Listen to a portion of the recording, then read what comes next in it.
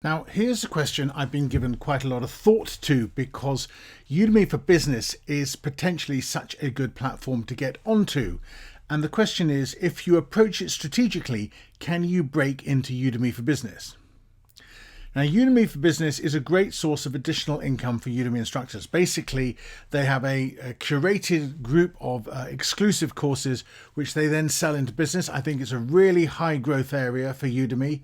And if you can get one of your courses in there, then it's like double whammy, because not only do you sell in the marketplace, but Udemy for Business sells your courses too. However, there are a couple of buts.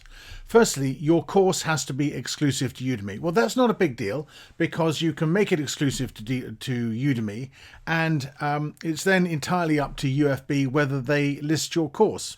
And that's the other but, because there's no guarantees in this that you'll actually get into Udemy for Business. However, the strategy is worth thinking about. What if you could identify courses in your area of expertise with which you could outcompete? And what if you could make a better course than the current UFB course and then sit back and see if Udemy for Business decides to list your course? Because what's the downside? You're making a course in a popular topic which should sell well in any event. And if UFB don't list your course, well, you can always sell it elsewhere later. So this is where Teachinguide comes into its own. If you go to Research Course Database, select your category and subcategory, and then toggle Accepted for UFB, you can see all the courses in your category and subcategory that are in UFB. You get an instant look at the competition. I don't know of anywhere else that you can do this, and it's really, really useful.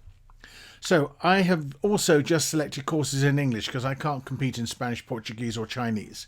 I also started off including free and paid. You'll see I drop those out a little bit later. There are only 2 free courses in this segment, and I can't see much point in having free courses in UFB, even if you do get paid for them.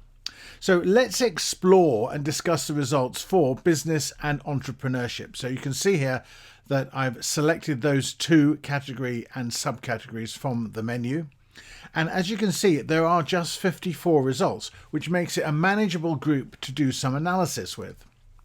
Now, when we sort by topic, we can see that there are actually a very wide range of topics. And you'd expect this because UFB is just going to cherry pick the best courses in individual areas. Now, these are the lists of topics, and you can see there's quite a lot to be going on with there. I'm not quite sure where farming fitted in, except I suppose farming is a business of a sort. So that's the potential range of topics. Now, in my view, many of these are borderline entrepreneurship. And indeed, the other thing to note is a lot of them are bestsellers.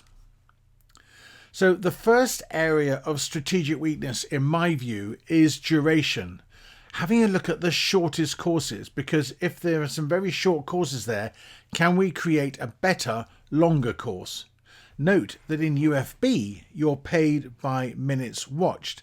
And of course, my strategy here is if you can get a course into UFB and it's doing really well, you can deepen and lengthen it later to claim more minutes. So that's an overview. I've just blown this up so you can see it in bigger form to look at the sorts of results we're getting back, and it makes it much easier for you to read. You'll note that the shortest course is by Seth Godin, and I've got absolutely no intention of trying to go and replace him on any platform because he has such a huge following. So what is interesting is actually how niche some of these topics are. So the lesson here is that a niche topic, a very niche topic in a 2-hour course can actually do very well. And it's worth checking to see when some of these courses were last updated, ignoring the free courses.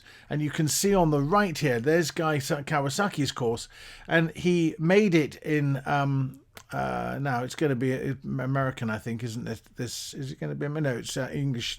So he made this on the 3rd of February 2015. He updated it on the 8th of May, and he hasn't touched it since. And there are a whole load more courses like that, which really leave it wide open. Now, some of these courses haven't been updated to 2015, and in many cases, the last updated date is the same as the published date. They have never been updated. Next, we can look at the course rating. And we're looking for courses certainly below 4.3 and ideally below 4.0. And there are a surprising number of them. So this gives us the opportunity, if we produce a much higher rated course, 4.5 or 4.6, we've got a good chance of knocking these out. One factor which is still important is to look at the number of students. While we want to aim for niche courses, we still want to have plenty of student demand.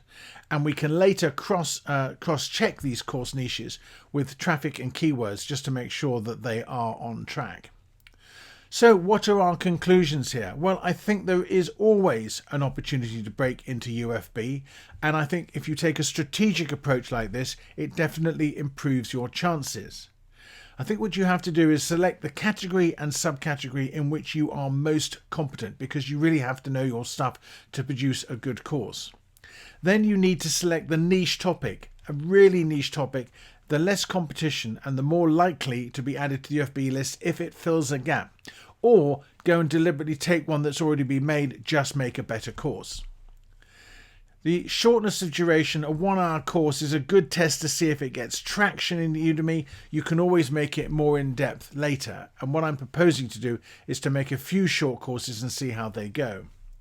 Older courses, not recently updated, are definitely ones to target. This really suggests the opportunity for replacing these with much more up-to-date courses. And of course, you want high student numbers to confirm the topic's popularity on Udemy, and you can check the traffic and keywords later on.